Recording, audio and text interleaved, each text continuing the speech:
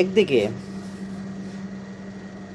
দেশের সীমান্তে একটা অশান্ত পরিবেশ, দেশকে বাঁচাবে কিনা এইটা নয়, ব্যস্ত হয়ে গেছে নির্বাচন, কবে ভোট হবে, কবে তারা ক্ষমতা আসবে, ক্ষমতা এসে লুট করবে, জনগণেরকে কোণঠাসা করবে।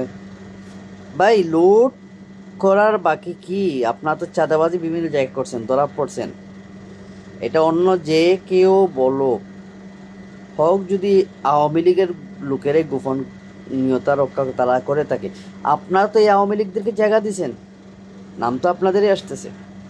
আর হ্যাঁ, আওয়ামী লীগ তো এখন ক্ষমতায় নেই, এখন স্বাধীনভাবে আপনারাই কিন্তু মোডে আছেন, টপ মোডে ক্ষমতায় আসার জন্য প্রস্তুতি নিচ্ছেন, তাই না?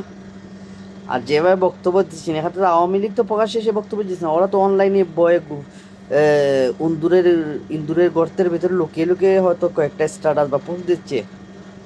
কিন্তু আপনারা যেভাবে জামাতকে ট্যাগ দিচ্ছেন রাজাকার, এনসিপি বলছেন যে এরা তো আন্দোলন কি করলো, এটা তো কিছুই না, এটা তাদের আন্দোলন না, এটা 17 বছরের আন্দোলন, 17 বছর বাল ভালাইছেন।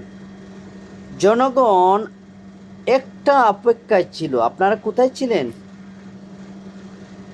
শুধু একটা আদেশের অপেক্ষায়। অনেক রাজনৈতিক দল যারাই আপনাদেরকে বিশ্বাস করেছিল, এর মধ্যে অন্যতম ছিল জামাত ইসলামের শীর্ষ নেতাদেরকে ফাঁসি দিয়েছিল। তারা তেমন বড় কোনো পদক্ষেপ নেয় নাই, চাইলে কিন্তু পারতো, শুধু আপনাদের দিকে তাকিয়ে। কারণ এটাই চেয়েছিল যে যদি সম্মিলিত আপনারা আন্দোলন ডাক দেন, তাহলে জামাতও ঝাঁপিয়ে পড়বে। আর পড়েছিল, কিন্তু আপনারা জামাতে কোনো আন্দোলন যাননি।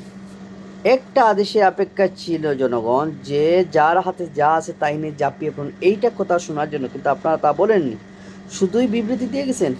ঈদের পরে আন্দোলন বাল ফালাইছেন আপনারা 16 বছরে, আর মুখে বড় বড় কথা এনসিপি কটাক্ত করেন।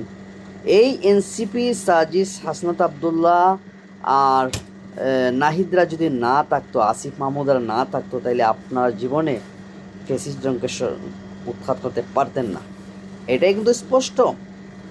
এখন অন্যে ফল পেরে দিছে, আর আপনারাই কিন্তু খেয়ে নিতে চাচ্ছেন।